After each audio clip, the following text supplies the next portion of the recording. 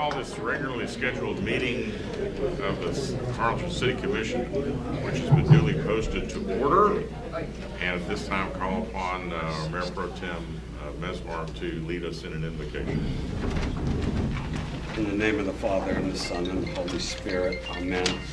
Our Father, who art in heaven, hallowed be thy name. Thy kingdom come, thy will be done on earth as it is in heaven. Give us this day our daily bread, and forgive us our trespasses as we forgive those who trespass against us. And lead us not into temptation, but deliver us from evil. Amen. Please join me in the Pledge of Allegiance. I pledge allegiance to the flag of the United States of America and to the republic for which it stands, one nation, under God, indivisible, with liberty and justice for all.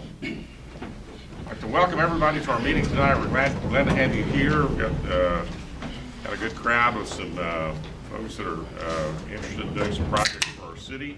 And we also have a couple of proclamations that we'd like to present. So we're going to begin with the first one, a special proclamation proclaiming June the 15th, 2018 as Mrs. Irene and Lisa Lowe Payne's 100th birthday.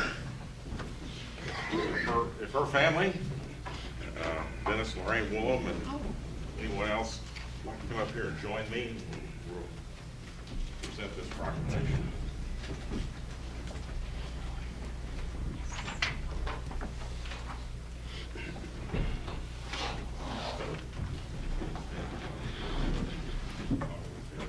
Whereas Mrs. Irene Lowe Payne was born on June 15, 1918 in the small village of Marsh Harbor on the beautiful Baca Island, Bahamas, where she enjoyed the simple island life.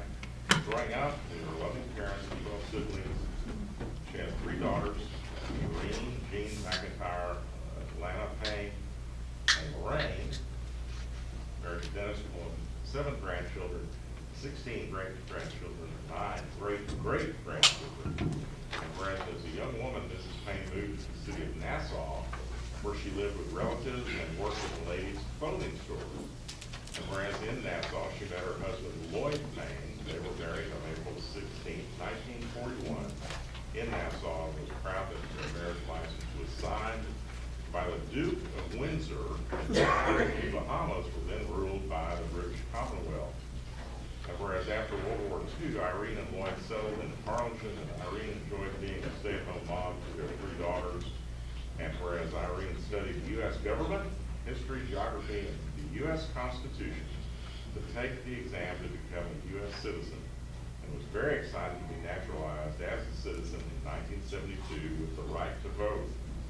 And whereas she was active and supportive with her daughter's schools, including Austin Elementary, St. Paul Lutheran, Stewart Place Elementary, Getty Junior High, and Harlingen High School. And whereas Irene and her husband Lloyd enjoyed the Confederate Air Force when it was here in Harlingen.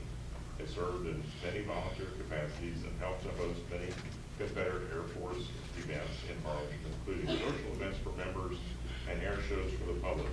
They also enjoyed motor home trips to many parts of the United States. And whereas during her long and productive lifetime of 100 years, Irene has earned the respect and admiration of her family, friends, and people from all walks of life. And on June 15, 2018, Mrs. Payne will be celebrating her 100th birthday with family and out-of-town guests from El Paso, Fort Worth, San Antonio, Houston, San Francisco, and Harlingen.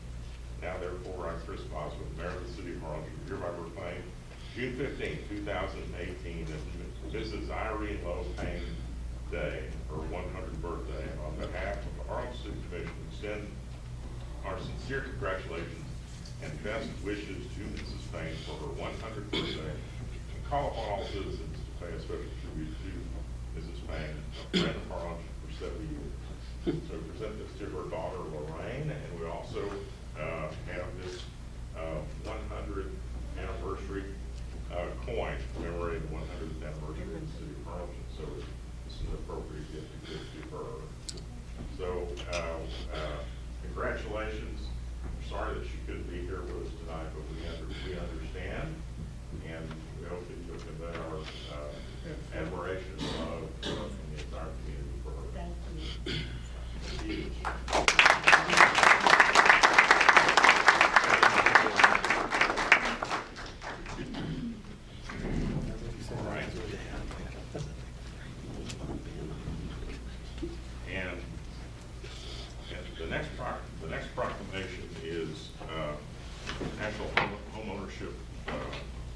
Right here. month, City of Harlingen.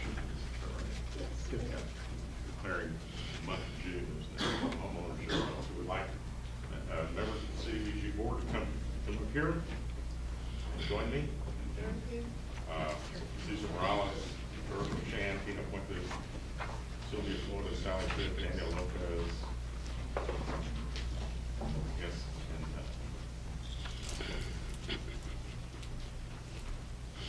and of course Connie Salas. George, you all forgive George being unaccustomed as he is to being in the spotlight.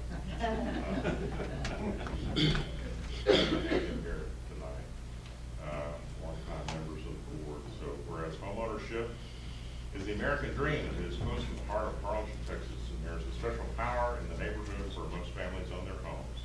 A new homeowner receives a key that does more than unlock a door, or a sense of place where children can grow, learn, and feel safe, an opportunity to save money and build equity for the future, and a sense of stability and belonging to the greater community. And just as in building strong families, homeownership is the building block of strong communities too.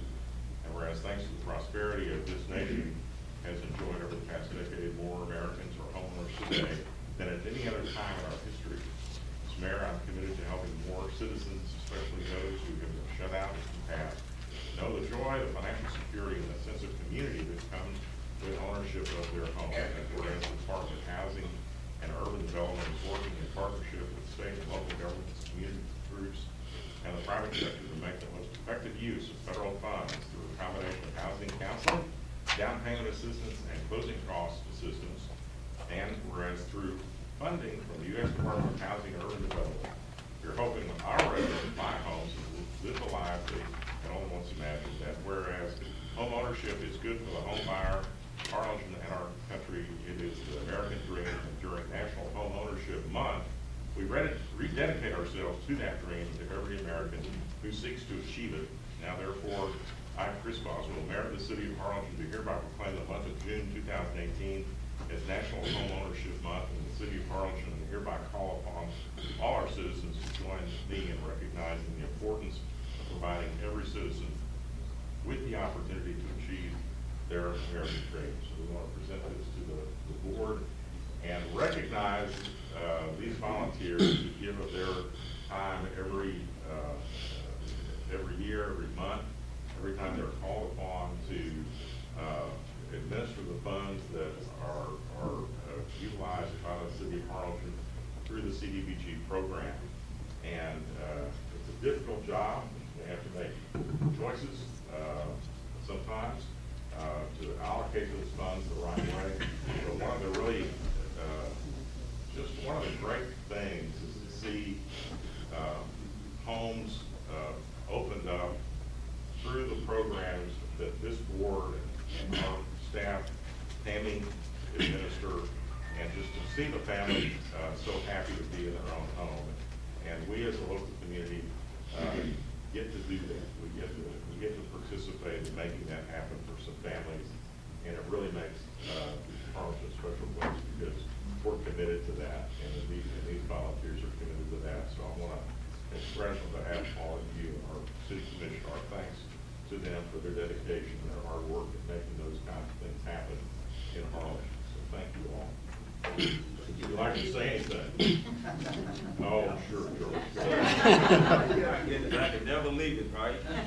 Certainly on behalf of the board, we are pleased to be servants for the people of Harlingen, what we do for social services, what we do for the infrastructure, in the way of drainage and streets, and particularly homes, that we are making a difference in making these tough choices to allocate resources for a better quality of life for the citizens of Harlingen and for the community of Harlingen. So thank you very much. All right. Thank you all.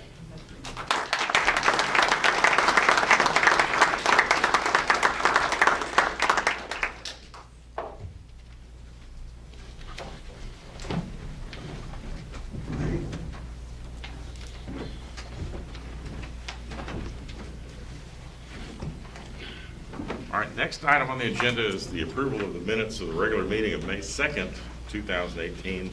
Are there any additions or corrections to the minutes? Hearing none, is there a motion to approve the minutes as presented? So moved. Second. All those in favor say aye. Aye. Those opposed, like sign. The motion carries. Next item on the agenda is items 3A through E, the consent agenda. Is there a motion to adopt the consent agenda? So moved. Second. All those in favor say aye. Aye. Those opposed, like sign. Motion carries. Next item is number 4, consideration of possible action to renew the voluntary dental plan for the City of Harlingen employees for fiscal year 2018-19 with an option to renew the contract for fiscal year 2019-20 and authorize the city manager to sign the contract. So we're going to call upon Scott Gibbs. Yes, Mayor, Go ahead. we're gonna take items 4, 5, and 6 together, so if we could. Okay, item 5, consideration possible action to renew the Unum life insurance plan for the City of Harlingen employees fiscal year 2018-19 with an option to renew the contract for fiscal year 19-20 and authorize the city manager to sign the contract. And item 6, consideration possible action to renew the employees' health and group insurance for fiscal year 2018-19 with an option to renew the contract for fiscal year 19-20, naming the insurance agents and authorize the city manager to sign the contract. Okay, so Scott, welcome, thank you. Thank you, Mayor, Commissioners. It's good to see you. Appreciate you having me in today. So today, we're going to take items 4, 5, and 6. We're going to talk about the health plan renewal, the dental plan renewal, the life, accidental death and dismemberment and disability renewal. I'm just going to hit one slide on kind of the health plan history. I like to do that and kind of tell you how the plan's running and where we are. We'll look at the renewals, and then we'll go through the other products as well. So the current carrier that we have is Blue Cross and Blue Shield. Our loss ratio, and what we call a loss ratio, is going to be claims divided by premium. So the loss ratio is the amount of claims paid and then the amount of premium the carrier's taken in. So October 1st is our effective date.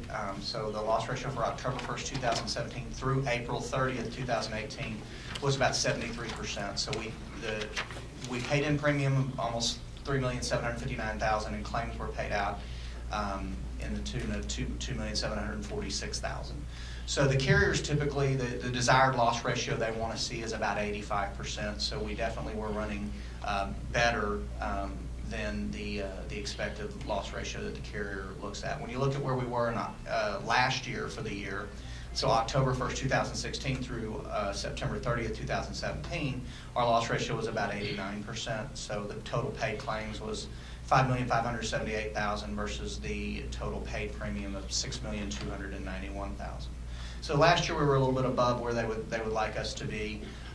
This year we were running better. We'll continue to monitor this. We'll also look at potentials in the future, maybe to move to a partially self-funded plan or something of that nature if the claims continue to run well. The initial renewal that Blue Cross looked at when it came back from the underwriters was about 9%. They did lower it to a 0% increase. What that means is there is no rate increase for employees or the city this year, and the plans will remain the same if you guys vote that way. So these are the plans. Right now we have the 3 plans being offered, Plan 1, Plan 2, Plan 3.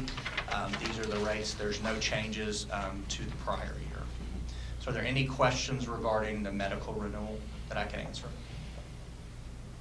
I have a question on the when you're looking at can you go back to the previous slide? Sure. Yes, sir. And that's not the full year, right? October to April?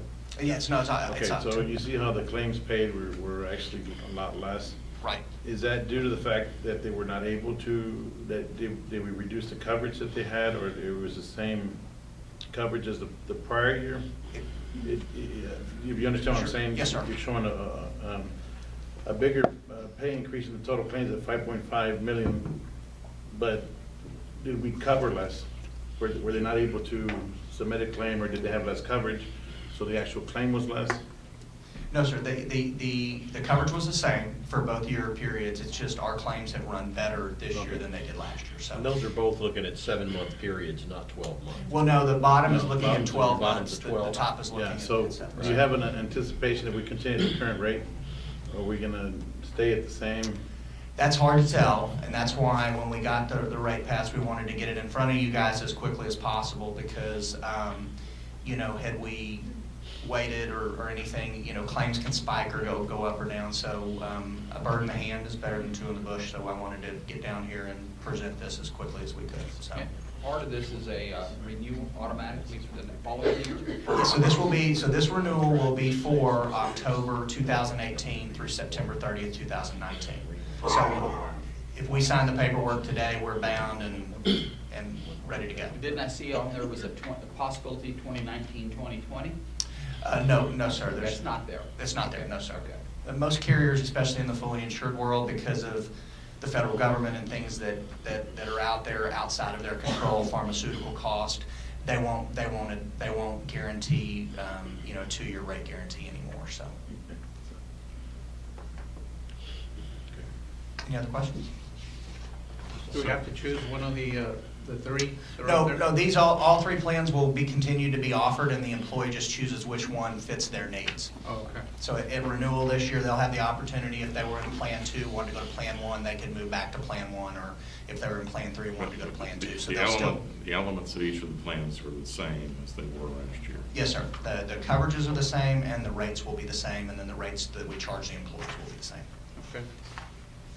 And this is just the beauty of health insurance is the risk is spread around a larger pool, and the lack of risk results in rewards for the employees in that pool. Yes, sir. So. Right. The dental renewal, the current carrier is Aetna, and they, again, have offered a rate pass this year, so a 0% increase to the employees. This is paid for by the employees. It is a 1-year rate guarantee. Again, these are the plans that we offer. We offer a low plan and a high plan. The rates range from $18.92 on the low plan for an employee to $95.86 on the employee and family. And again, the city does not pay for this coverage at all. It's voluntary, it's paid for by the employee. As well, the life, AD&D, and disability renewal, the current carrier is Unum. Again, it's a rate pass, a 0% increase. The city does pay for life and accidental death and dismemberment for the employees. That rate will remain the same at 11.5 cents per 1,000. And then the voluntary life, AD&D, and LTD, which the employee pays all, those rates will remain the same as well. It's a 1-year rate guarantee. So the recommendations would be to renew with all the carriers, would be to renew with Blue Cross and Blue Shield on the health plan coverage. It would be to renew with Aetna on the dental plan coverage, and to renew with Unum on the life, accidental death and dismemberment, and the LTD plans. Okay, does anybody have any questions? No. This is a welcome,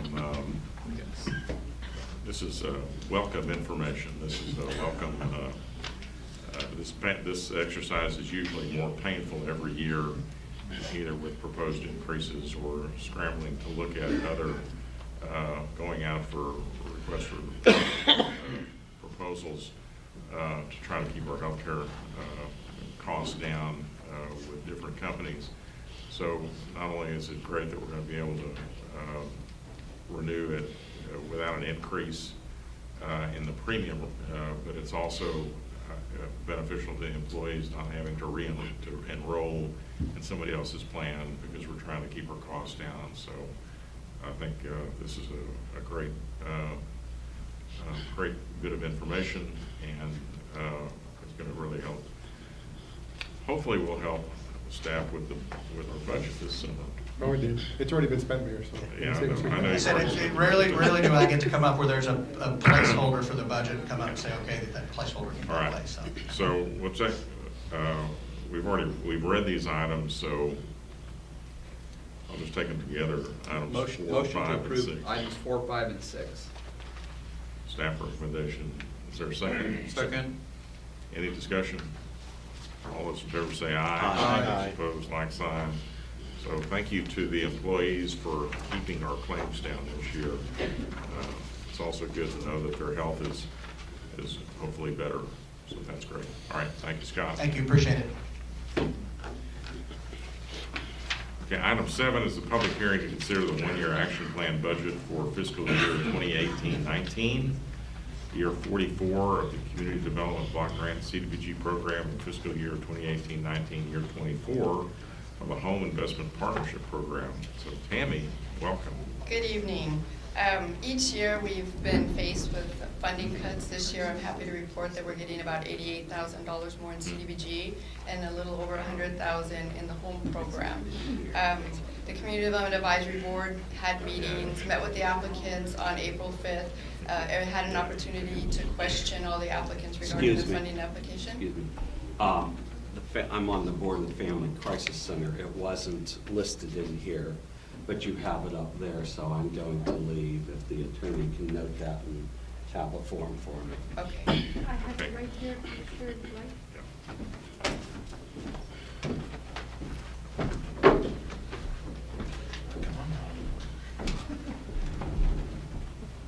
Okay, note, Commissioner Besmore is filing an affidavit of abstention and has withdrawn from the chamber. Okay, now, please. Okay, Thanks. so the board met with the applicants, questioned the applicants, reviewed them, had a meeting and established their funding recommendation. Staff has looked at the eligibility as per the federal regs for each of the activities that they recommended for funding, and they all are eligible. All of the public services that requested funding are receiving funding, maybe not in the amount that they originally requested. The funding recommendation is as follows. For the Parks and Recreation Department, Vestal Park improvements, $304,660. Rangerville Park improvements, it's for the basketball court, $55,200. Clearance and demolition program, $32,400. That's in coordination with the National Guard. Vector control to purchase a mosquito sprayer to primarily serve the west side of Harlingen is $15,786. Public services, Amigos de Valle, $13,500. Area Agency on Aging, $10,000. Boys and Girls Club of Harlingen, $45,000. CASA, $16,000. Family Crisis Center, $12,000. Sunshine Haven, $16,500. The Housing Rehabilitation Program for Owner-Occupied Housing, $151,304. The administration, $35,000, and general administration, $176,838. Regarding the home program funds for affordable housing, Habitat Humanity will receive $87,516 for the construction of affordable housing unit, and the city will also administer the down payment closing costs program for first-time home buyers in the amount of $151,000. We do have a CHOTO set aside that has to be set aside for an established CHOTO that we don't have under this application of $47,800, and then the administrative support of $31,812. The board, the majority of the Community Development Advisory Board is here to answer any questions that you may have regarding the recommendation, and they've selected Mr. McShann and Mr. Lopez as their spokesperson. So if you have any questions, and it is a public hearing. I have a question. I'm mainly concerned when we, decrease somebody that we've been funding over time. So if you could just, I noticed that last year we funded the Boys and Girls Club at 60, and now they requested 60, and we're at 45. One of the items that the board looks at is the biggest bang for the buck, how many persons that are low mod that they're going to be able to serve. In the past, the agencies were able to do a self-certification. In essence, the participant in the program would sign an affidavit saying this is the number of persons in my household and this is our household income.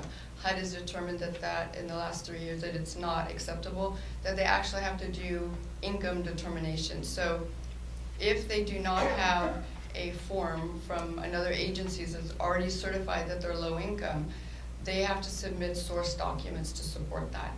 Because of the nature of what Boys and Girls Club does, it's very hard to get those support documents back. So where they were able to report to HUD 1,200, now we're only able to report that we're serving 400 or 300. So the number that we're reporting to be served is significantly less. But we're actually serving the 1,200. Well, We're just with not the Boys able and to Girls, document. we're not able to report that because we can only report those that we receive documentation on. And how does that affect the amount that we actually give them? I mean, that's a discretionary amount that we give that's not based on how many forms they get back, is it? I'm No, what we've determined is that we have a cost per benefit per child. So if it's $225 to serve that one child, so as soon as we get that application complete for one low-income child, we'll reimburse at $225. So we're reimbursing at the cost rate to provide services to one child. But the number that we're anticipating to serve is greater than that, based on the amount of funds that they do get. But in no event will they go above the 45,000 that you have allocated. No. I noticed we're buying a sprayer for the mosquitoes, which is obviously a valid thing, especially with Zika and everything else. It's 15,000. Is that in there? Yes, the vector control. Yeah. The second one there, It's under vector control. I mean, how do we decide that that's not just a regular budget item and it's a CDBG item? My concern is that when we cut an agency like that, you know, they get accustomed to amount of funding that we're providing them. And if we decide that we're gonna cut them by 25%, I think that we ought to first let them know that we're gonna do it and then sort of gradually taper it down, because they become dependent on that. They have employees, they've hired people they're serving, so it's difficult for them to react to a dramatic cut. So as long as somebody can convince me that that's not happening here, I'll be fine. And the question with the truck, and that's a valid question, do we have, is that an additional truck, or is that, I mean, do we have a truck already? That's not a truck, that's It's a a unit that goes in the Yeah, back. okay, the unit. Yeah. Do we not have one? We have some, we don't have this particular type of unit we're gonna buy. Maybe This the ones is- that we have don't work, or?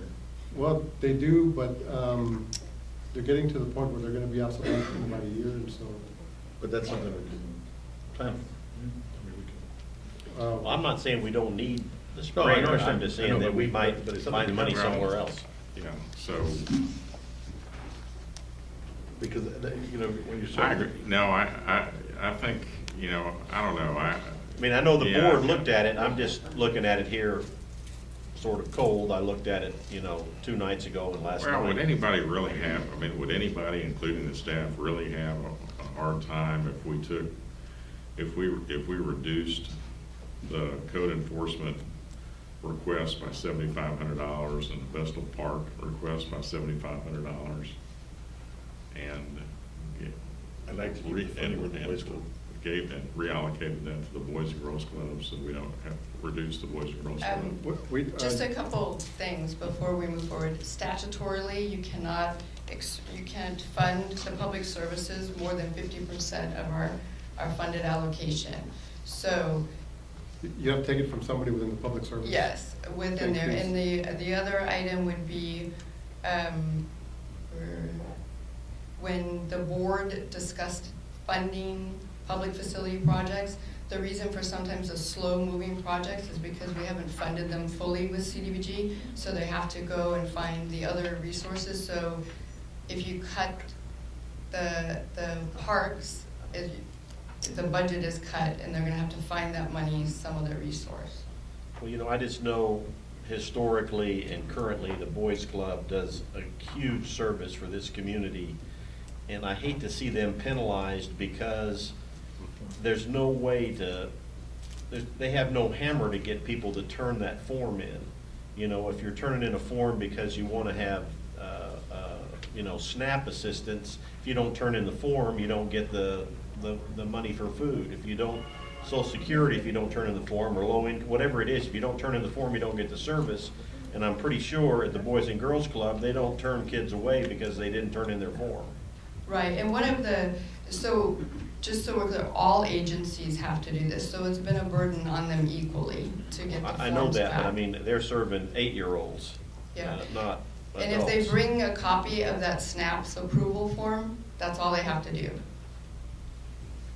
Tammy, if we increase our funding, say we go up to their original funding amount, that doesn't guarantee that they're gonna get the money unless they actually bring us the forms for each individual child that they serve, correct? Yes, at a reimbursement rate of $225 approximately. But, So Commissioner, they don't get the money unless they have the form, that's a Unless federal they rule. serve the children. Yes, it's reimbursement. Okay. You wanna, can we let Gerald address that, or not? Is that out of line? yeah, it's a public hearing, so he can. Is he here? Okay. Yes. Well, let me open the public hearing and ask Gerald to address this issue. Yeah. I would like to speak also. Gerald Gathright, Director of Boys and Girls Clubs of Harlingen, grateful participant in community development block grant programs for years. To kind of clarify, the federal government has this requirement that we provide these forms. You can imagine being a parent, bringing your child to register, and the fee is $3 to $5, that's what we charge, so that every child can belong. And then we tell them, we need you to bring your food stamp letter. They're immediately suspicious and don't, it goes downhill from there. It's difficult, and we would probably have to hire 2 people just to do that, to track that, and I've told Tammy that. But we have made a very sincere effort. The CDBG funds we get in the amount of $60,000 were based on 300 children at a rate that we calculated that it cost us to provide the services. So even if you just consider the 400, we're already above what the $60,000 was paying for. Nothing has changed on the number of children we serve. It's very stable. It hasn't gone down. We just don't have the time, the energy, and the ability to track 1,200 people to find an extra document. It sounds very easy, you know, meet mom at the car and get the document. They don't carry those around with them. We're going to ask them to come back, and many of these parents, sometimes they have that attitude, nah, he just doesn't need to go to the Boys and Girls Club because I've got to provide that document. And so that's been the difficulty in providing all 1,200 or so. As far as providing the 400, 500, 600, this year it's 692. This year, we had to go back and add documents 2 times after we'd already produced the documents. So we kind of had to go back and start all over, and we've done that. Sometime this summer, we will get back up to that, close to that 600 to 692, which was the number we had reached before we had to repeat the whole process. So it's been, and I definitely don't fault the CDBG staff or their board. It's, you know, it's the system, but nothing's changed about the number of children that we're serving and the manner in which we're serving them. If you don't believe me, I invite you to come visit us tomorrow, and you can entertain yourselves with about 300 teenagers a day we're seeing just at our main facility. All together today, if you added all the kids, about 1,000 kids were in the Boys and Girls Clubs, the 5 clubs in the Harlingen area today.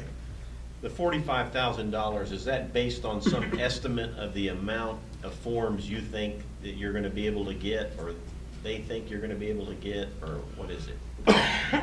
Commissioner, I really can't answer on the figure. I saw the figure when they announced that we should come to this meeting. And so they had to, I think, wait to find out what the funding amounts were, so I'm not sure how that figure came about. We asked for the same amount as last year based on the same amount of children being served at the rate that we had. Nothing changed on that as far as our request. So it's $222 per child that provides the form? Times 300 kids, it gets us to the $60,000. And you think you could get there if you had the 60,000, you could get enough of those people to bring those forms in? I'm just saying if we allocated it somehow. Well, technically, and I did have a discussion, I don't want to, City Manager Dan Cerny, we visited about it some, and we kind of agreed that 300 was an acceptable number as far as the number that we should say, we're going to get this and we'll be paid for that. We're always going to be serving more. We serve 300 kids a day at the 3 sites that the funding was originally designed for, which is Lemoyne Gardens, Lamar Los Vecinos, and Ben Milam Bonita Park. That's before you even factor in the main unit, which is a melting pot of young people from all over our community. and the vast majority of them are also what we call CDBG eligible. May I ask a question? Okay, so we keep talking about two different numbers. It's 200 kids at 225 per child. 300. What I had written down here. 300. Well, you funded 225 at 200 apiece, because that's 45,000, is what you funded. But that's what you funded, but they actually serve more than, the question is, does he have enough paperwork to go to 60, does he have the 300 to go to, and he does, okay, so now it's just a matter of where you spend the dollars, is that what the bottom line is? Where Well, you spending the for dollars? this fiscal year, we received $60,000. We've already received that. Correct. This proposal is for 2019, 2020. And you anticipate of the CDB eligible children, you anticipate you're gonna be serving at least 600 of those, is what you're saying? Yeah, I don't care. Being able to, we're gonna serve more than that, it's well over 1,000. Documented. But No, I'm talking about documented with the documented, it's gonna be probably a reasonable amount is 300 to 500. But the 60,000 was based on 300. You know, to me, it seems like if we buy the sprayer with CDBG funds, it's probably restricted to those areas of town that are eligible. Tammy, right? And if we bought it with other funds that we have, we could use it there, and if we needed to go somewhere else with it, we could go somewhere else. It wouldn't be restricted. So what I'm saying is, and probably everybody else has some other feelings about these other ones, but as many kids as they're serving, I'd like to see some way where we could use general fund monies to buy that sprayer and reallocate them back to 15,000 and let them provide the documents. Can those funds be reallocated? Huh? Can the sprayer funds be reallocated? We can try to fund that from another source. We can find that from the general fund. Right. Okay, I'm asking whether legally, Yes, yes. whether 50, we're under the, Yes, that those monies can be reallocated. Yes, within public service, yes, we can. And I know the board does a great job of deciding all of this, and it's painful to do. I'm just, George, you have any comments against that idea? I'm on the Boys and Girls Club, so I have to accuse myself. Okay, okay. How Is about there Ms. Daniels? some other person? Well, I think, speaking on behalf of the committee, if you guys can find the 15 grand from somewhere else, we're totally on board with that. And we can push it over to the Boys and Girls Club. It's just, there's only so many dollars and Right, cents that we we can give understand out. And that's kind of. Well, you had more money this year. Yes. I mean, so there wasn't a shortage of money. You had like 180,000 more than you did last year. Like 88,000, I believe, was the number. However, Yeah, and 100 for the other program, the home program. we just felt the money would be better spent other places. But if you can put the 15,000 over, I think we're in agreement with that. well, I think what the commissioner's saying is that, we think we can find $15,000 in the general fund to help with the sprayer. So I think the sprayer is gonna get done, and,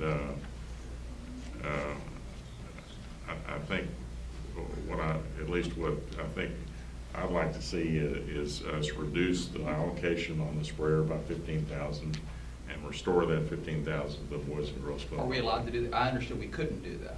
No, you can within the public service So the area. sprayer is considered public service? Yes. Okay. Yeah, that's what I was Okay. asking him a minute ago. Okay.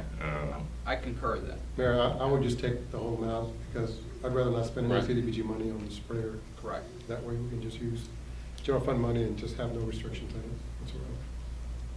I'm motion Well, hang on, we're not finished with the public hearing, and Tammy needs to, Oh, sorry. and then if we take that out, then we gotta spend it, so we gotta reallocate it somehow. And then you'll perhaps put the $786 that's left maybe in housing rehab. I didn't hear you It's speak up. 15,786 that were allocated, so if you're gonna take 15,000 and give it to Boys and Girls Club, then we have 786 That's that great. we can give to housing rehab. Yeah. If that's approved by everybody. Want to read it? And can it go to housing rehab? It can, yes. It can? To the Yes. program? But that's going to line 14A? Yes, You just can't go above 15% for line 05. right. I got you. No, I got you. Okay. Is there anyone else who'd like to speak for or against this? plan, the service plan? 285 got this one, was Yolanda Shofit. I think it's wonderful that they have enough money to fund everybody, you know? It's not Peter to pay Paul, Paul to pay Peter. Everybody is eligible, everybody gets their fair share. I always wondered why the boys clubs got all that money, you know? I mean, yes, they do service the community, that is very true, but they also have fundraisers. Did anybody take into consideration the fundraisers? The west side of town is in dear need of that spray. Let me tell you why. I visit the homes, and I could not believe what I saw.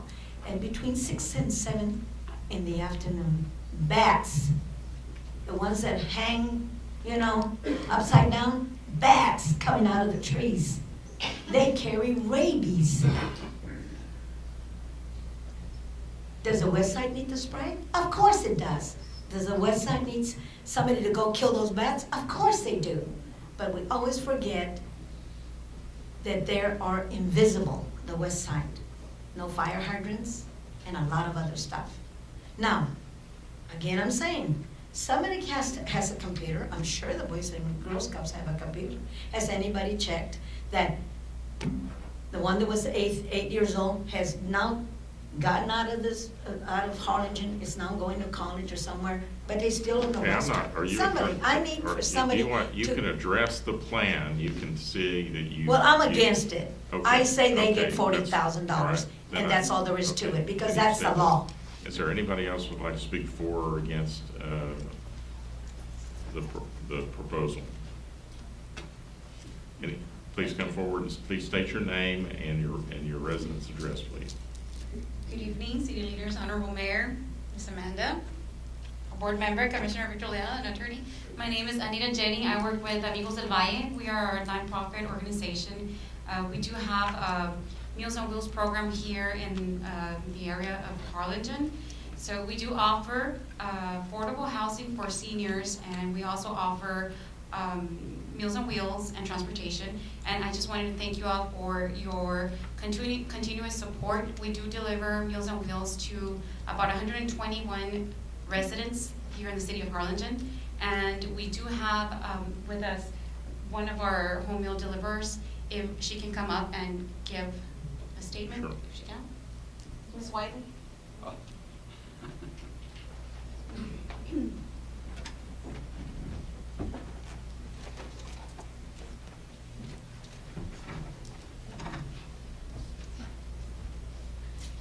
Good evening, Mayor Boswell and ladies and gentlemen. My name is Irma Wiley. I'm a home delivery, and I also participate in the program. We are very thankful, and I talked to my CDBG people today, and if they would have been able to come, they said that they would have wanted to come to thank each and every one of you for the help, because without your support and generosity you're doing, this program would not exist. When I joined Amigos del Valle, I had said I was going to work for 6 months, and now I've been there almost 3 years. So I love the job because I love to talk to people and help people. So I appreciate it, and I hope we can continue to work together. And I just love all this kind of work I do. So thank you very much, and hopefully we can all work together. All right, thank you very much. Is it individually so I can speak for Amigos del Valle? No, you've had your 2 minutes. I didn't, All it right. didn't ring. Is there, I had time. is there anyone else, you're out of order, is there anyone else who would like to speak for or against the plan? There being no one else, I'll close the public hearing, and we'll go now to the action item, which is to consideration and possible action to approve the 1-year action plan for fiscal year 2018-19, year 44 of the Community Development Block Grant CDBG program, and fiscal year 2018-19, year 24 of the Home Investment Partnership Program. Mayor, I'd like to motion that we accept the plan with the changes of reducing the item 5, public services vector control, reducing that by the 15,786, allocating 15,000 to the Boys and Girls Club, and the remaining 786 to 914A Housing Rehabilitation Program. Second. Okay, we have a motion and a second. Is that what you said it was okay to do? All right. Any other discussion? All those in favor say aye. Aye. Those opposed, like sign. Motion carries. All right, we want to, again, thank the CDBG board. We appreciate the hard work that you do, and we appreciate you letting us have some input in this process as well. And I think this is going to work out fine for everybody. Okay, so we'll go on to item 8, which is the consideration of possible action to approve the proposal from the Girl Scout Troop number 4138, which will fund and construct improvements at the Harlingen Humane Society as part of a Silver Award project to include the construction of 2 rest shelters and bog watering structure. Mayor, Carlos. Commissioners, good afternoon. The next 2 items are from 2 great organizations. The first one being the Girl Scout Troop 4138. They have a presentation and improvements that they want to do for our community. So I'll turn it over to them. Can we wait for Mike? Oh, he's Commissioner Mesmer. I think you could just. We got In the used to meantime, him while we not- wait. Sorry, I got used to him not being here. Carlos, they bring cookies. It usually goes better when they bring cookies. Just saying. No Girl Scout? A little disappointed, running by. Commissioner, is your form? Hi, good evening. My name is Clarissa. My name is Avery. My name is Morticia. And I'm Julie. We are here to present our proposal regarding the Harlingen Humane Society and achieving our Silver Award. Our main goal is to, to build at least 2 rest stops for not only the volunteers, but yes, all the pets. And because we noticed that it is extremely hot down here, so especially that there's not a lot of rain during the summer, and that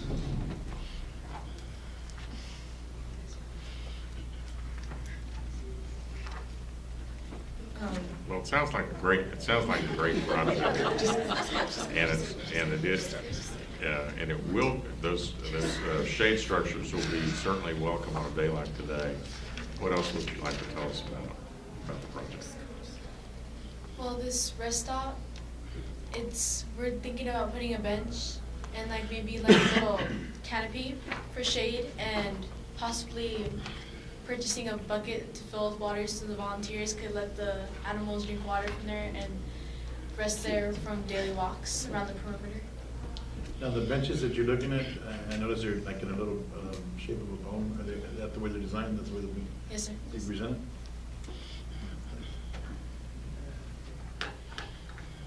And we're looking at different designs for the roofs. These are some possible placements of putting around the perimeter for the 2 rest stops. That's it. Okay. The way I understand it, y'all are gonna raise the funds and then have them built either by the city or a contractor, is that right, Carlos? Yes, Commissioner, we're ready, prepared to work with them, get the permit process going and so forth once the funding is available. Okay, is there anything else that you'd like to share with us? Well, sounds like a great project. These projects are a lot of work, require a lot of leadership and a lot of hours to be put in by not just those of you who are going for your Silver Award, but for the rest of the troops. So we know that this is an important project, and sounds like it's going to be a great benefit to our community and especially to the Humane Society. And they certainly need all the support that our community can give to them. So this is a wonderful project, I think. Is there anybody else that has any questions about it? Then is there a motion to approve the proposal? So moved. Second. Any other discussion? All those in favor? I just want to say success. And thank, all right, and we look forward to its conclusion, to be able to be out there and actually see it. All those in favor say aye. Aye. Those opposed, like sign. Motion carries. Thank you very much. Thank you for your time.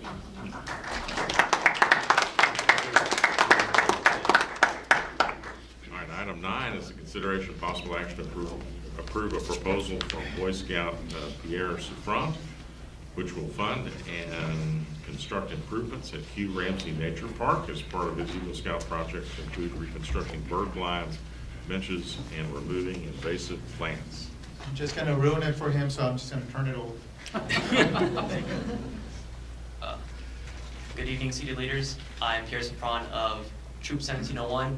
I'd like to thank you all for giving me the time to talk about my project proposal, where I hope my solution will benefit the park. So, at the Hugh Ramsey Nature Park, there is a bench on the Uppermost Trail, which was built a few years ago for the purpose of the visitors to relax and enjoy the nature that's around the park.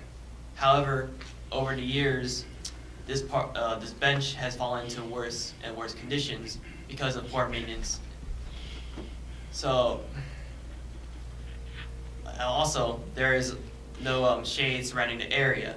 So, meaning that the visitors and the bench are in full exposure of the sun, leading to many heat-related illnesses such as heat stroke and dehydration, and leaving the visitors in a very uncomfortable state. And finally, the nearby the Uppermost Trail is the Arroyo River.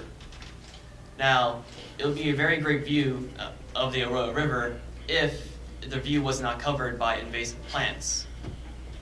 So not only are the visitors uncomfortable and full exposure to the sun, they cannot enjoy a full experience at the park that the park can offer. So what I propose is 2 things to my project proposal.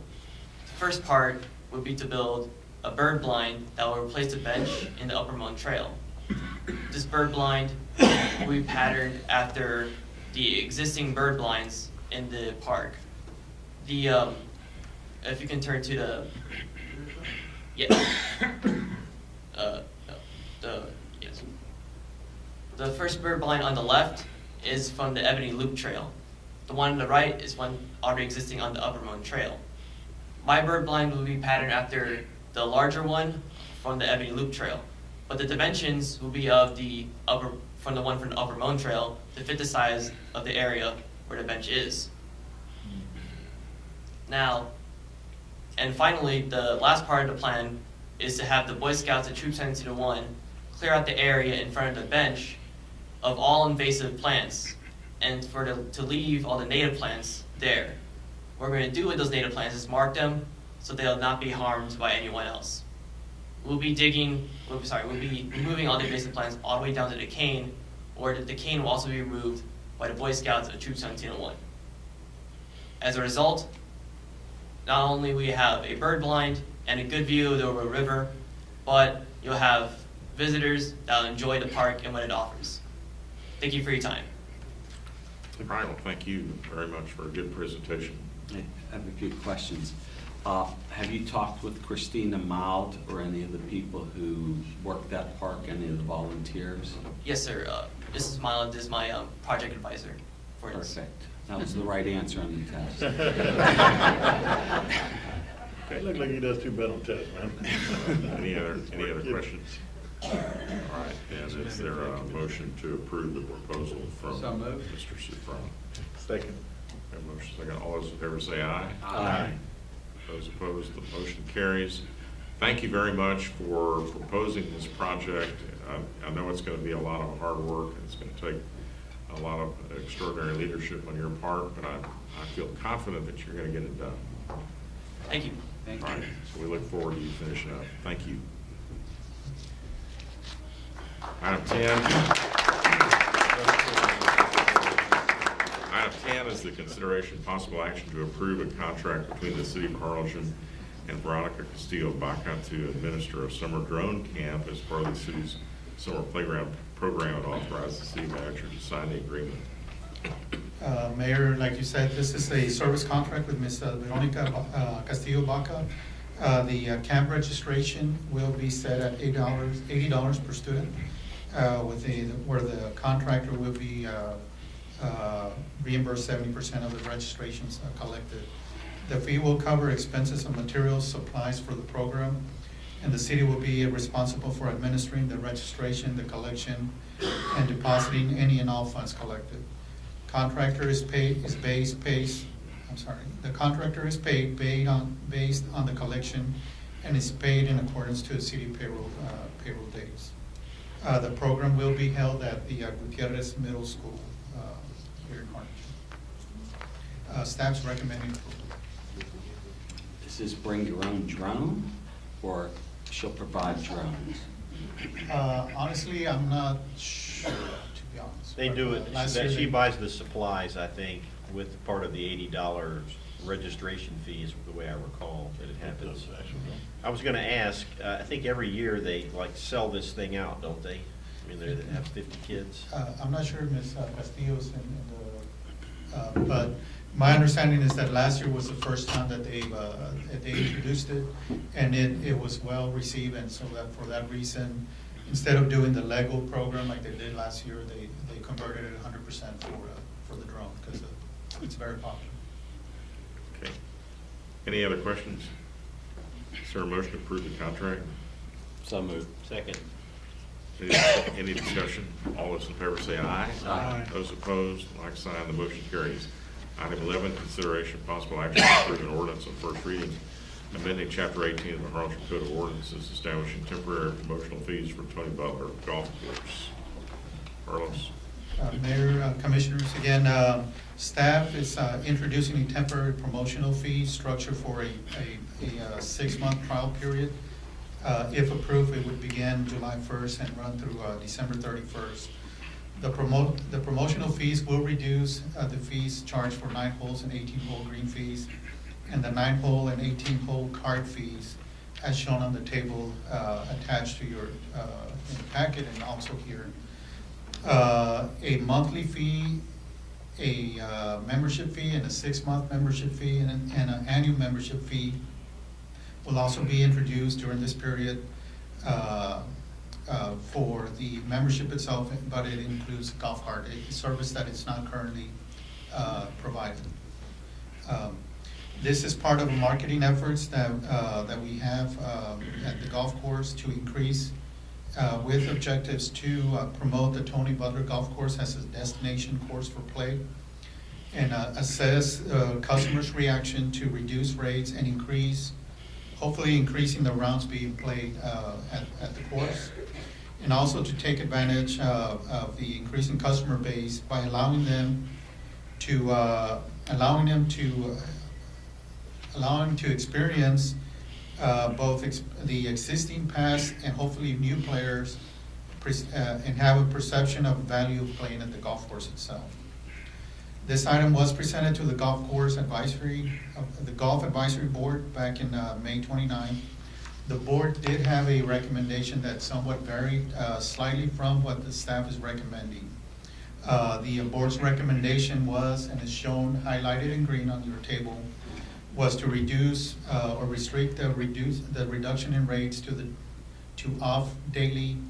daily off-peak times during the timeframes only. Staff prefers that the fees remain constant throughout the days for ease of administration and promotional purposes. Staff's recommending, like I mentioned, the columns shown in the tan on your spreadsheet.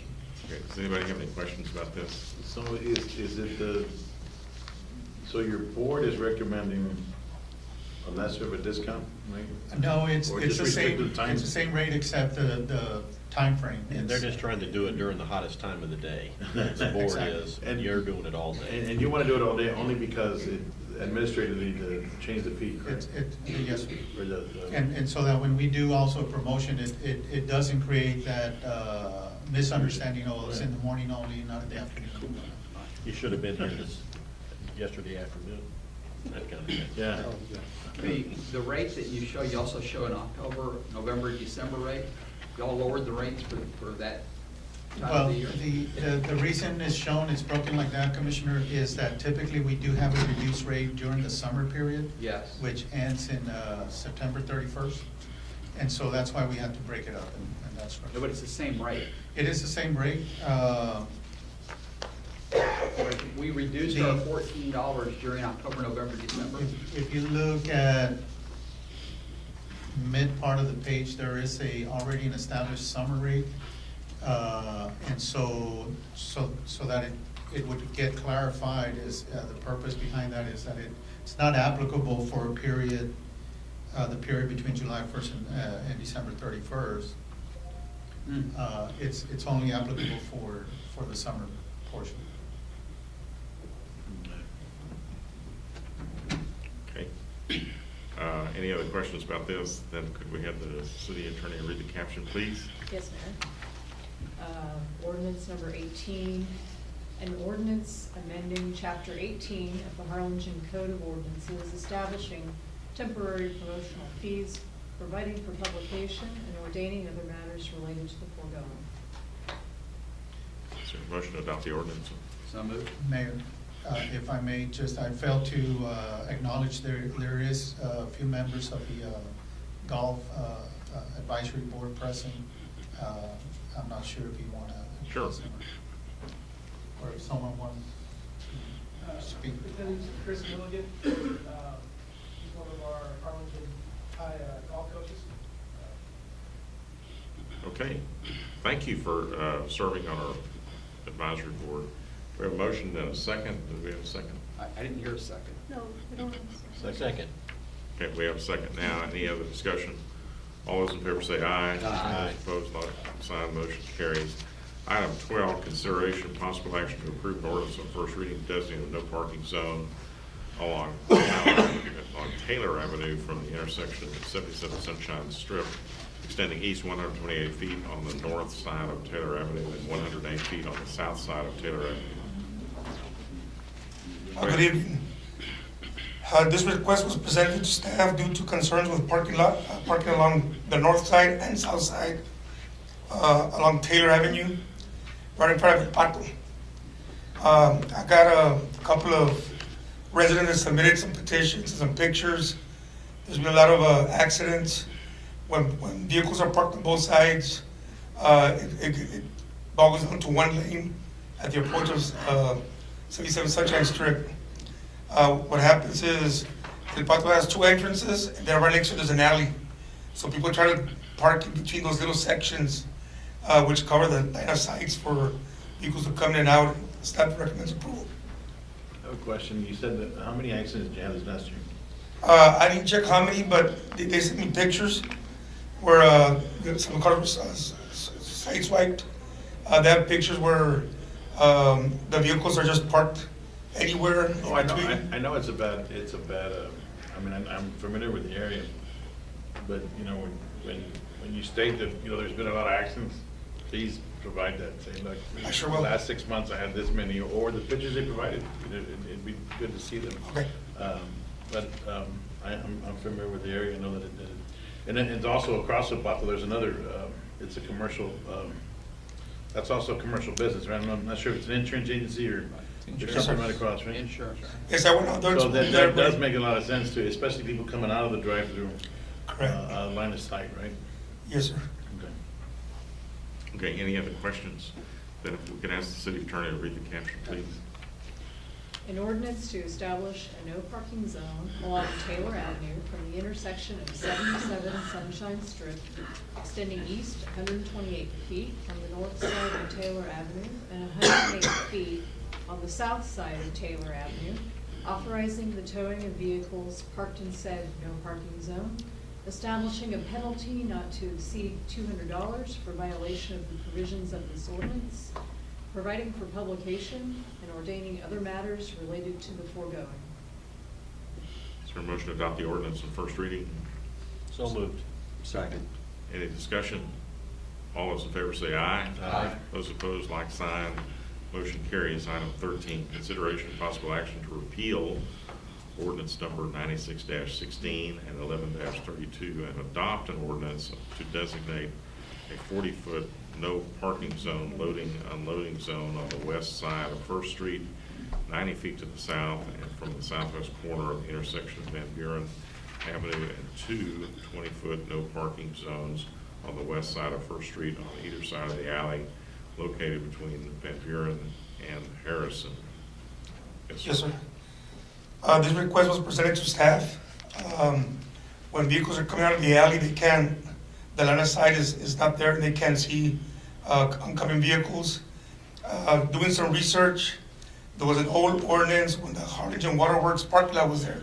Those entrances and exits, so they had, actually had a no parking ordinance from the alley all the way to Van Buren. Now that there's no more entrances and exits, you can park there, people are starting to park there. So we're trying to clear that one up. There was formerly no parking, loading, unloading zone right in front of the Rees. So if we were to put the no parking limits along the alley so you can get the line of sight, you would leave like a little space between the no parking loading zone for at least one vehicle. So I went and talked to Ms. Wagner, and she was all for us to combine the no parking loading zone with the no parkings and have all that no parking. It's all clear. One clear areas. And this clears up all the ordinances in that area for parking. Staff recommends approval. Anybody have any questions? We need to ask the city attorney to read the caption. Yes, sir. An ordinance to repeal Ordinance 9616 and Ordinance 1132 and establish a 40-foot no parking zone, loading, unloading zone on the west side of First Street, 90 feet to the south, in the southwest corner of the intersection of Van Buren Avenue, and two 20-foot no parking zones on the west side of First Street on either side of the alley located between Van Buren and Harrison Avenue, authorizing the towing of vehicles parked in said no parking zone, loading and unloading, and no parking zones, establishing a penalty not to exceed $200 for violation of the provisions of this ordinance, providing for publication, and ordaining other matters related to the foregoing. So moved. Motion and second. Any other discussion? All those in favor say aye. Aye. Those opposed, like sign. The motion carries. Item 14, consideration of possible action to approve an ordinance on first reading, amending ordinance number 2016-56 of the Harlingen Code of Ordinances, Chapter 2, Administration Article 8, Boards, Commissioners, and Authorities, Division 8, Commission Visitors Bureau, Section C-600, created membership requirements, Sections D1, establishing employment criteria for Convention and Visitors Bureau board members. Gabe? Mayor, in order to assist with the population of the CBB board, we're asking that the council consider an amendment to the ordinance. This would allow someone, starting with the hotel and motel sector of the board appointments, would allow the commission to appoint someone who has worked in that profession before in a managerial capacity, not necessarily working there now, but has some experience. We're doing the same thing for the restaurant sector. This would allow the commission to appoint someone who has worked in that industry before, but may not be working there now, but in a managerial capacity. And also for the retail establishment, we're doing the same thing. For the person that is appointed to the board that organizes or promotes an event, we're removing the provision that requires only the promotion of sporting events and allowing anybody who has had experience in promoting any events within the city to be appointed to the board. So with those changes, we're hoping that we will be able to get some interested board members to serve on the CBB board. And staff is asking that you approve the ordinance, the amendments to the ordinance. Okay. Anybody have any questions about it? If we could ask the city attorney to read the caption, please. An ordinance amending ordinance number 2016-56, amending the Harlingen Code of Ordinances, Chapter 2, Administration, Article 8, Boards, Commissioners, and Authorities, Division and Convention and Visitors Bureau, Section 2-600, created membership requirements, Sections D1, establishing appointment criteria for the Convention and Visitors Bureau board members and related matters. Motion to approve. Second. Any other discussion? All those in favor say aye. Aye. Those opposed, like sign. Motion carries. All right, Item 15 is the consideration of possible action to approve an agreement for entering murals for the Harlingen Convention Center and authorize the mayor to sign the contract. Mayor, the city went out for a request for qualifications for call for artists on February 11th. We published the RFQ in the Valley Morning Star on 2 consecutive weeks. We also sent the RFQ to every artist that painted a mural in the downtown area. We also established an art selection committee, and the committee met on February 27th to review the submittals. We had 4 artists submit RFQs. The committee vetted the proposals and chose Diana Kersey as a finalist. We then had a one-to-one meeting with the artist where she presented some of her ideas to the committee. We created a contract that the city attorney has reviewed, and I sent the agreement to Diana Kersey. She has reviewed the agreement as well and approved it. It is for $75,000. It is funded out of the convention center budget.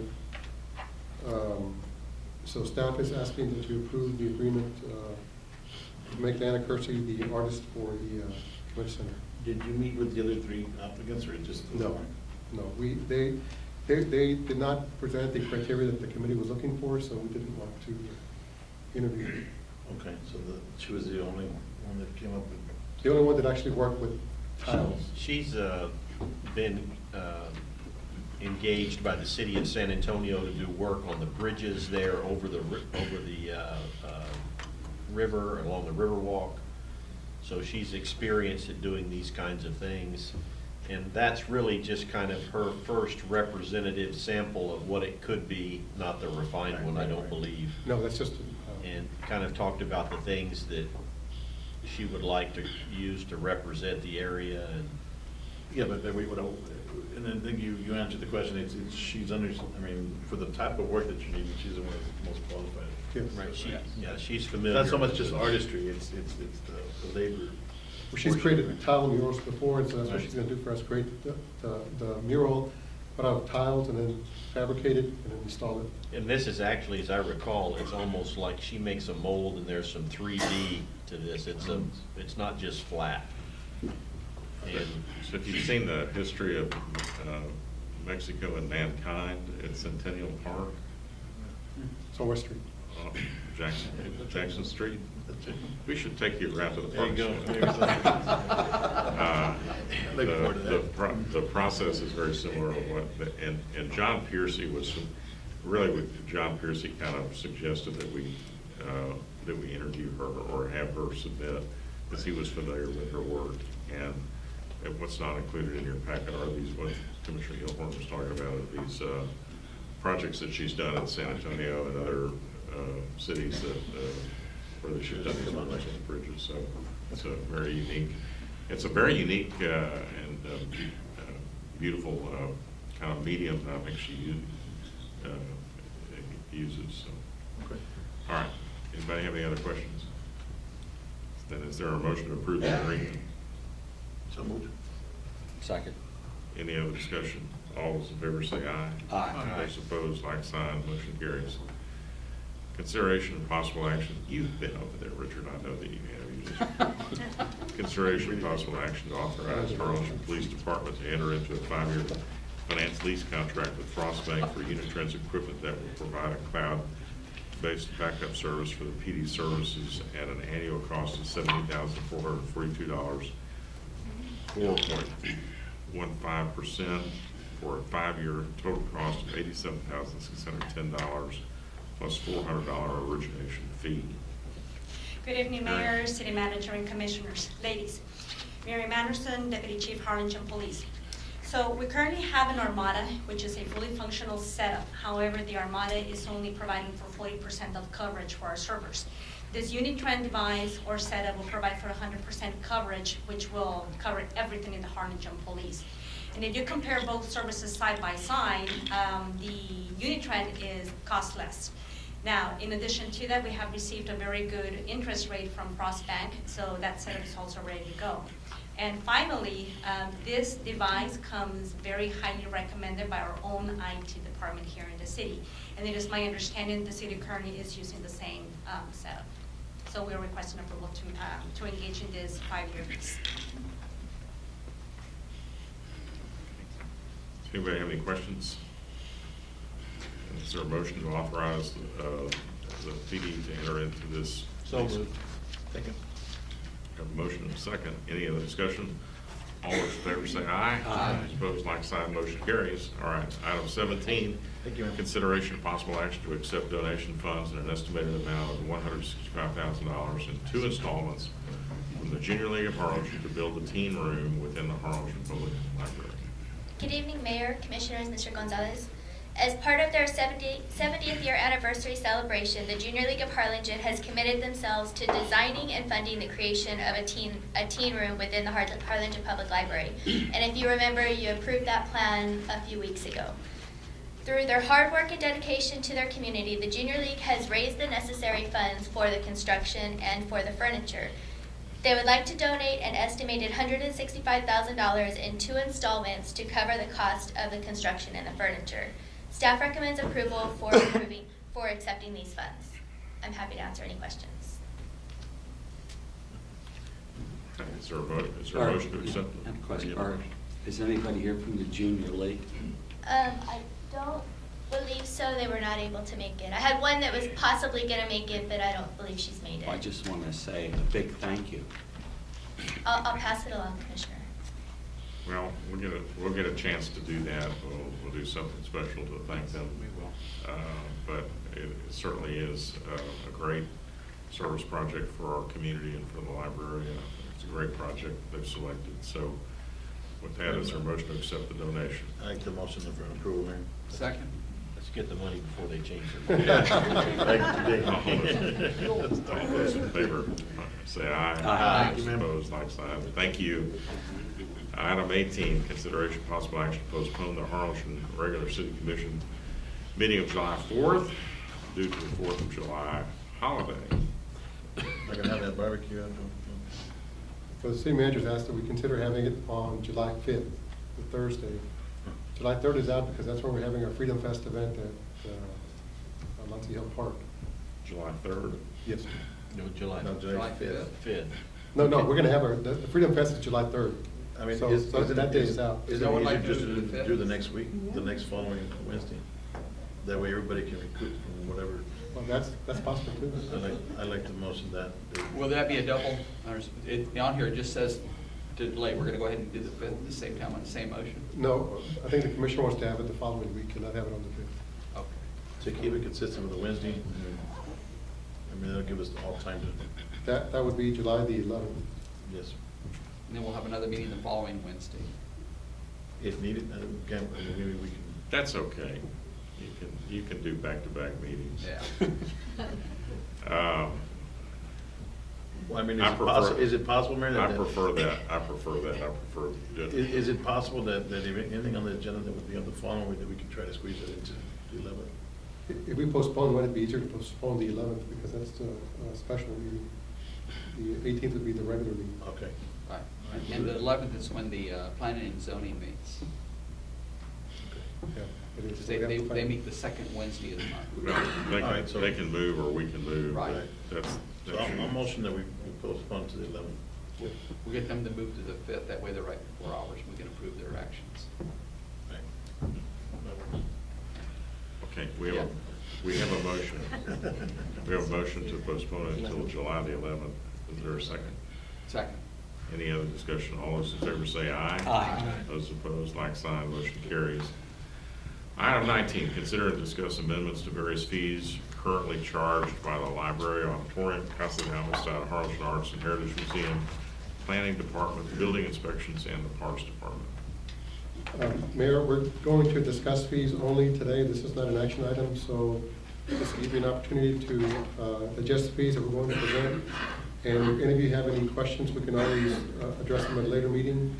Or if you feel comfortable, we can bring them back as an ordinance for changes to the fees. I believe Donna's going to present the fees for the library. Okay. Most of the fees that were presented are already long-established fees that were inadvertently left out of the city ordinance. All of the fees were approved by library board via library policy. The fees were established based off of our cost for replacement items, comparing our fees to other libraries. And as you can see from the comparison that I provided in your packets, we're in keeping with other libraries within the valley. The only real change to the fees that we're proposing are changes to the meeting room fees. And what we'd like to do is establish more of a flat rate fee so that we're able to offer our community online reservation service with our ActiveNet system. Our current system is too complex to be able to do that, and we'd like to simplify it to make it less confusing for our citizens and give them the ease of access of reserving their rooms themselves. And I'm happy to answer any questions that you may have. I just noticed that we have, like, if they hold over, there was a special rate that was based on every quarter of an hour, right? Every 15 minutes that they hold over, there would be a charge. Yes, that would be a new fee because we'd like to get rid of the after-hour fee. There are some citizens that they're not quite ready to give the room up, and we want to encourage them to vacate on time, because if they stay over, then they may cut into another citizen's time, or we run into issues with staffing where we run into overtime and increased electricity costs and so forth. Just as long as it's made very clear to them, like if they have it from noon to 2, if they have to be out and vacated by 2, they can't have a meeting that lasts till 2. Yes, we will make that clear, and it will be part of the contract.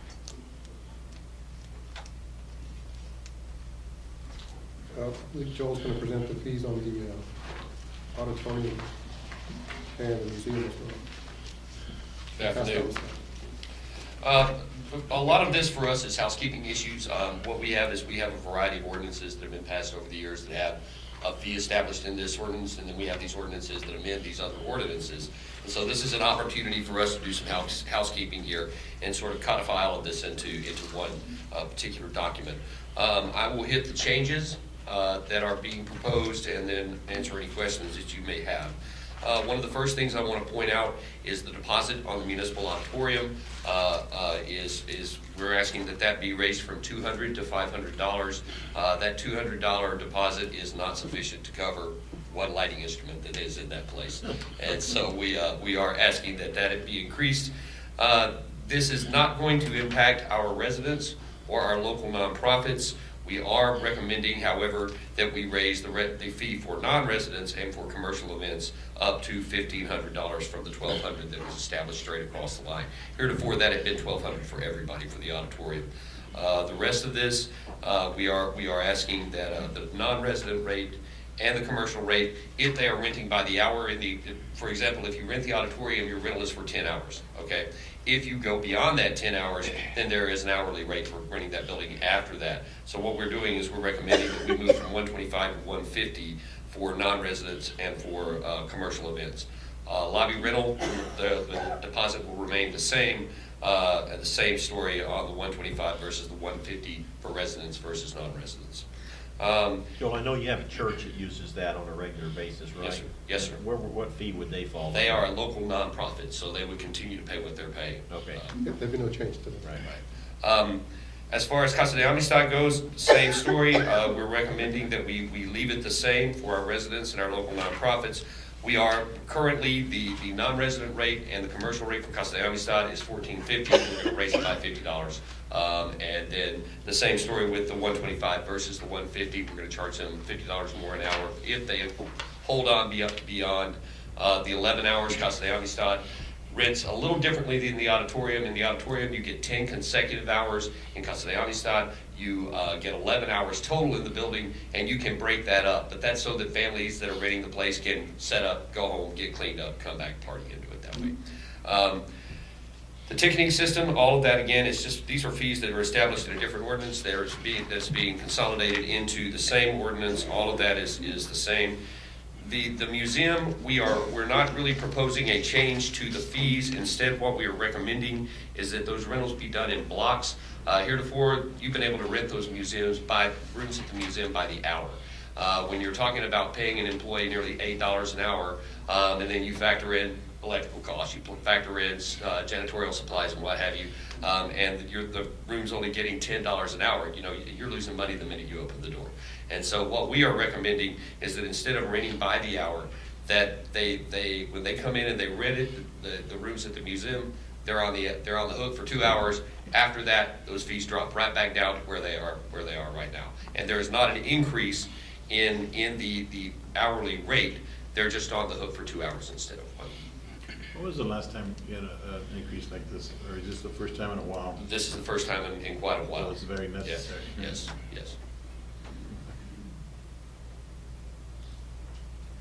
Now, it's a 2-hour block, but it's a 4-hour minimum, is what you have written. No, if they are police officers required, that is from the museum. That's from the. Because all rentals are for 4-hour minimum. That's a typo. That's a typo. That's a typo. That way we can remove that. The 4 hours only applies to police, and that's established by PD.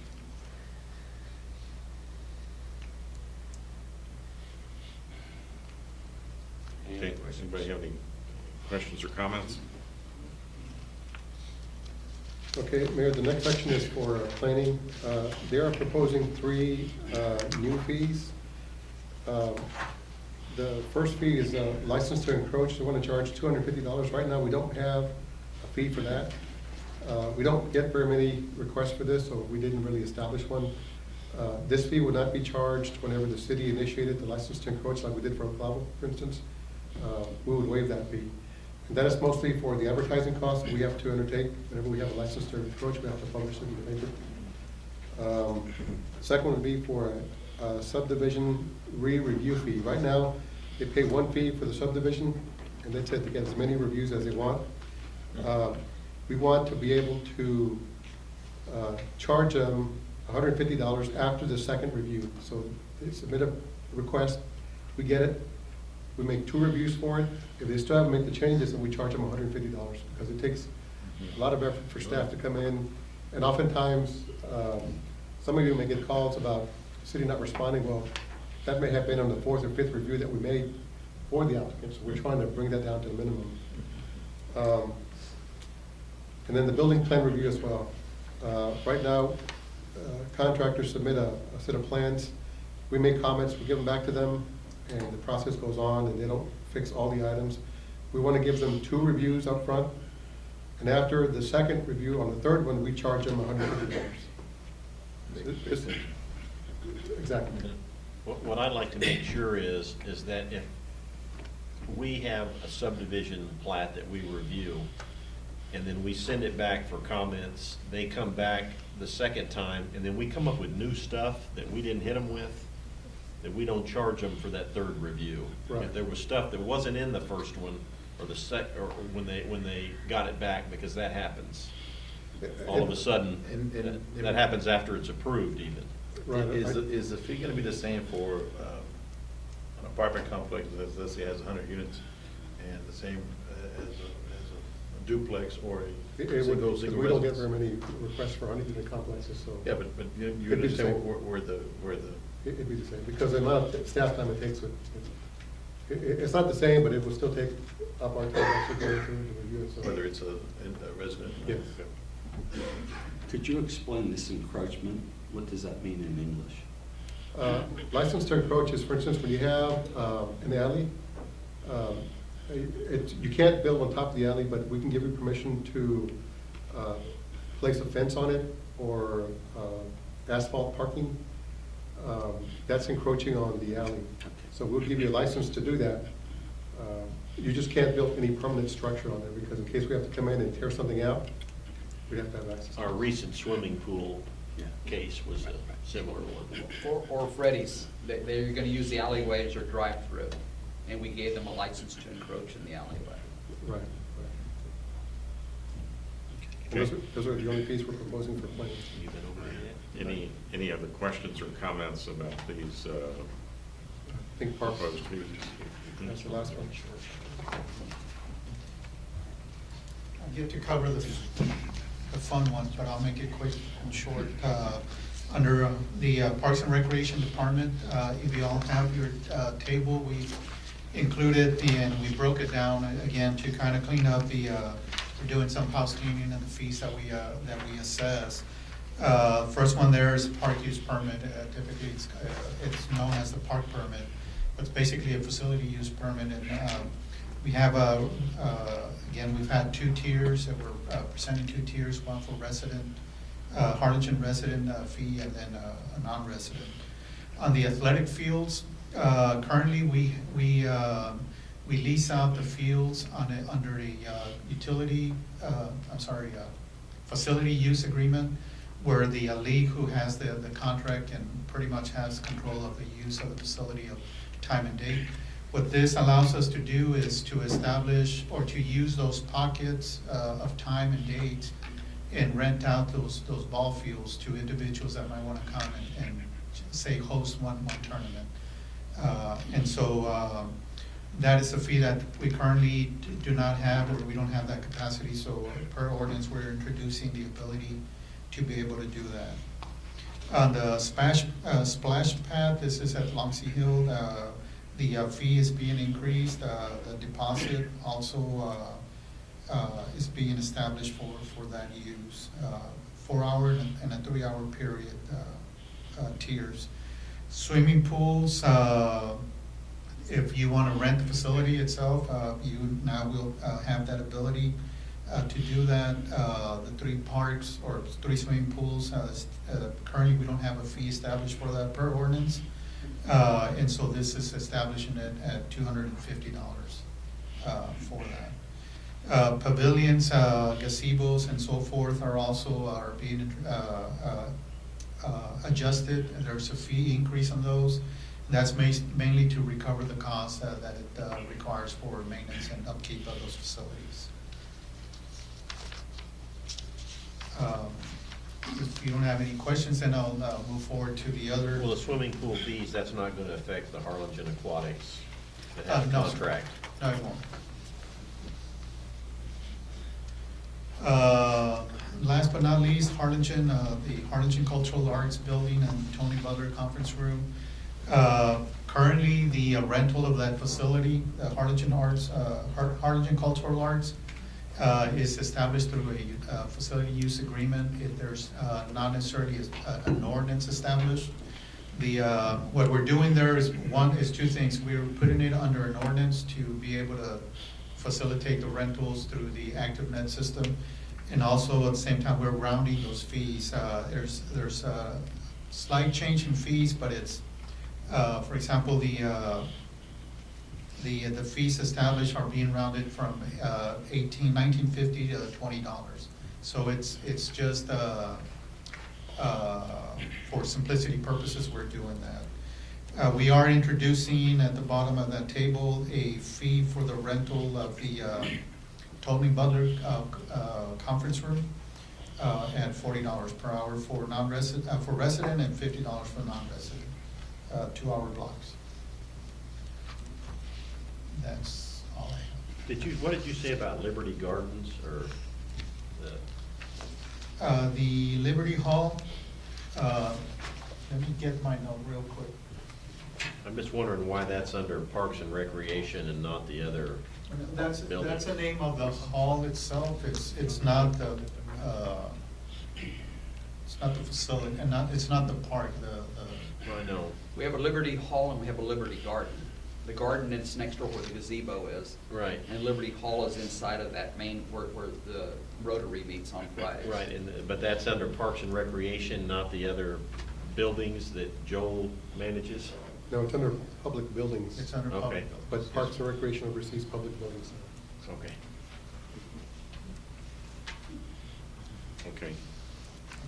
Any other questions or comments on these fees? Okay. Unless you have any objections to any of the fees, we can come back the next meeting and present them as an ordinance.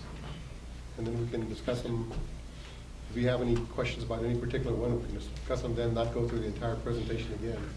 Well, I noticed like some of those field rental fees went from 50 to 150 per day for tournaments and stuff like that. I'm assuming, I didn't study the table where we looked at the comparables. I just don't want to We have looked at the comparables. We can provide that information for you all too. The information that's in your packet is only looking at well, some of the swimming pools and.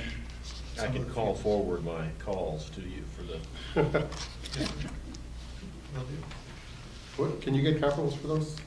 Yes, we will. Just so we're not out of line with that. I don't think we had it before. You couldn't rent a field for a tournament. It says on here it was $50, I thought, and Where? then we're going to $150. No, the tournament says a $50 deposit, $150 a day. Right. $180 for non-residents, but then it's on the right side, it says no fee established. That's the gentleman that was here a couple of weeks ago, that was his concern. Okay. And I think the commission also wanted to make sure that whatever we charge is not. Agreed. Right. Okay, well, so this, unless somebody expresses a strong opinion about not moving forward with this, the staff is gonna prepare this as an agenda, or an ordinance item, and we'll consider it at a future meeting. That's not to say that at that meeting we can't, adjust. Right. I read that table So wrong, you by the can way, think so about it. I'm okay with that. I just read that wrong. So we There can is continue to study this, and at the first reading, if there are any adjustments that the commission wants to make, they can still make adjustments.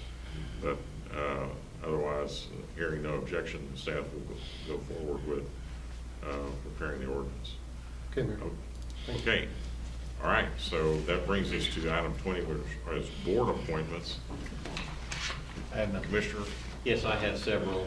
I'd like to reappoint Shannon Harville to the Animal Shelter Advisory Committee, reappoint Raul Rodriguez to the Harlingen Proud Advisory Board, reappoint Rodolfo Andarza to the Harlingen Proud Advisory Board, reappoint William T. Allen to the Harlingen Proud Advisory Board. I thought I already did that, that may be a different one. And then reappoint Mickey Boland to the Zoning Board of Adjustments. You have anything? Yes, I have two.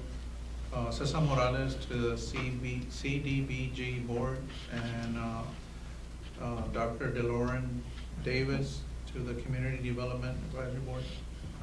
Reappoint her. They're both reappointments. Okay. Commissioner, you have any?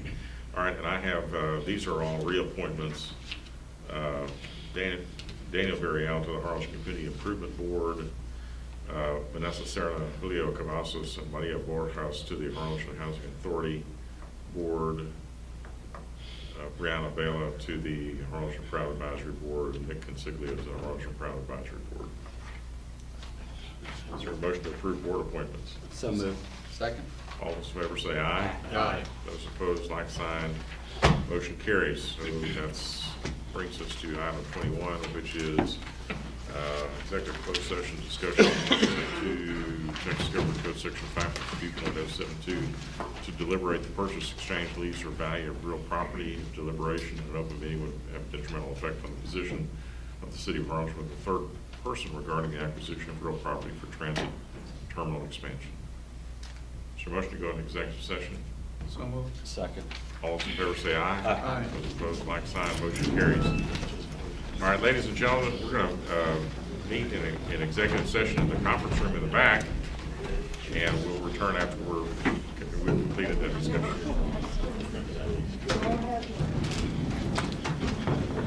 Okay, so we're out of executive session at 7:23, and last item on the agenda is number 22, citizen communication. No one has signed up. Yes, sir. So that concludes our meeting for this evening.